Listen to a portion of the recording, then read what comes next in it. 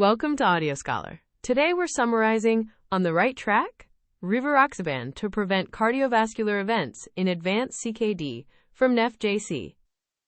Cardiovascular disease is the leading cause of death in patients with advanced chronic kidney disease, yet traditional cardioprotective therapies often fail. Aggressive cholesterol lowering does not reduce cardiovascular death on dialysis, and invasive revascularization has not shown survival benefits in this population. Because of these failures, researchers shifted focus toward targeting hypercoagulability. While large trials like COMPASS demonstrated that adding low-dose Rivaroxaban to aspirin reduces major cardiovascular events, these studies systematically excluded patients with stage 4 or 5 chronic kidney disease and those on dialysis. Clinicians were left in a difficult position, needing to balance the high ischemic risk of advanced kidney disease against the equally high risk of uremia-induced bleeding, without any direct clinical trial data to guide them. To address this evidence gap, investigators conducted the TRACK trial, a randomized, quadruple-blind, placebo-controlled study across 12 countries, which did not include the United States. The trial enrolled 1,463 adults with stage 4 or 5 chronic kidney disease, including those on dialysis, who had at least one additional cardiovascular risk factor, such as diabetes or older age. Participants were randomized to receive either Rivaroxaban 2.5 mg twice daily or a matching placebo. The trial was stopped early by the Data and Safety Monitoring Board after a median follow-up of 1.7 years due to futility and concerns over net harm.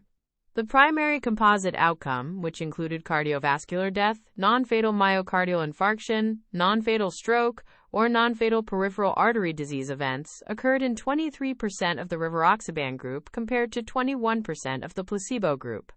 This yielded a hazard ratio of 1.09, demonstrating no cardiovascular benefit with Rivaroxaban. Furthermore, all-cause mortality was similar between the two groups, with sudden cardiac death being the most common cause of death overall. While efficacy was absent, safety concerns were prominent.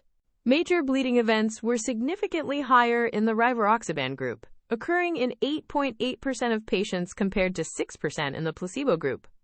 This represents a 51% relative increase in major bleeding, with the gastrointestinal tract being the most common site of hemorrhage.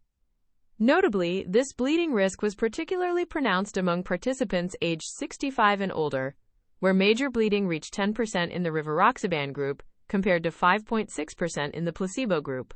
These findings provide a clear clinical boundary. For patients with advanced chronic kidney disease who do not have a standard indication for anticoagulation, routine use of low-dose Rivaroxaban to prevent cardiovascular events is not supported and carries a substantial risk of harm.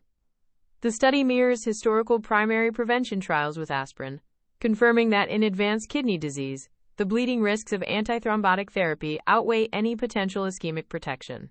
Because this summary is based on a single clinical trial report, listeners should consult the primary published literature and official clinical guidelines before making changes to their prescribing practices. That was a summary of On the Right Track?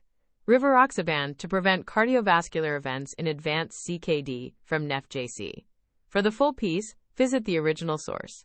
Until next time. This is an automated summary generated by artificial intelligence, which can make mistakes. Always review the original source materials.